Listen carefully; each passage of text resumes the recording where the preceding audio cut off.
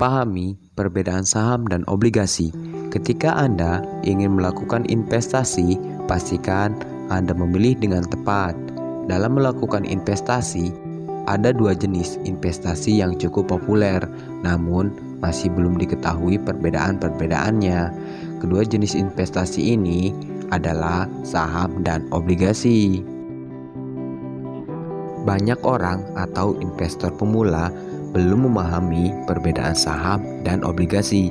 Secara umum, saham dan obligasi memiliki tujuan yang sama, yaitu untuk menanamkan modal atau dana untuk mendapatkan pundi-pundi keuntungan dari perusahaan. Mari kita ketahui perbedaan saham dan obligasi. Sementara itu, ada beberapa perbedaan saham dan obligasi yang harus Anda ketahui. Berikut adalah perbedaan saham dan obligasi. Yang pertama adalah batasan masa berlaku. Perbedaan saham dan obligasi yang pertama adalah batas masa berlaku. Antara saham dan obligasi memiliki batas waktu yang berbeda. Pemilik saham masih memiliki hak atas keuntungan dan suara selama perusahaan itu berdiri, dan pemilik saham masih memiliki surat bukti kepemilikan sahamnya. Sedangkan perbedaan saham dan obligasi adalah obligasi memiliki masa berlaku yang jelas yang tertera di dalam surat, sehingga saham merupakan pilihan yang tepat jika Anda ingin berinvestasi jangka panjang.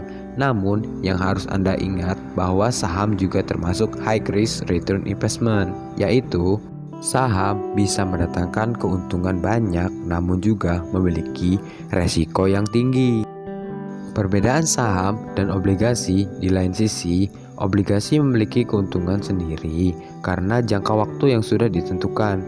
Karena Anda bisa berpindah ke investasi lainnya apabila jangka waktu perjanjian telah habis, sehingga jika perusahaan mengalami kerugian tetapi jangka waktu perjanjian telah berakhir, Anda tidak terlibat apa-apa lagi. Kedua, yaitu tingkat keuntungan. Perbedaan saham dan obligasi lainnya adalah tingkat keuntungan yang didapat.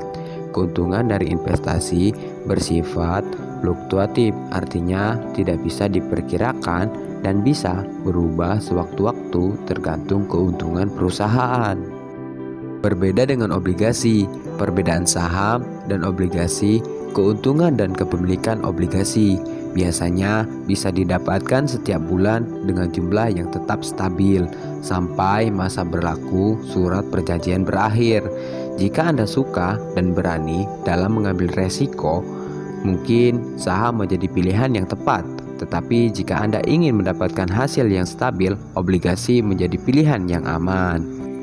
Yang ketiga, yaitu pajak yang dikenakan. Perbedaan saham dan obligasi ketiga adalah pajak yang dikenakan. Seperti yang sudah dijelaskan di atas, bahwa hasil yang diterima dari saham adalah dividen atau keuntungan dari saham yang Anda miliki adalah jumlah total setelah dipotong pajak. Sebaliknya, perbedaan saham dan obligasi bunga, obligasi lebih dulu dikeluarkan sebagai biaya, jadi bisa dianggap tidak kena pajak.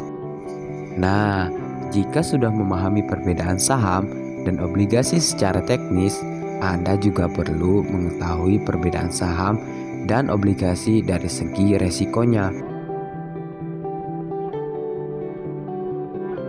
Untuk mengetahui informasi mengenai resiko antara obligasi dan saham, nanti kita akan upload di video selanjutnya.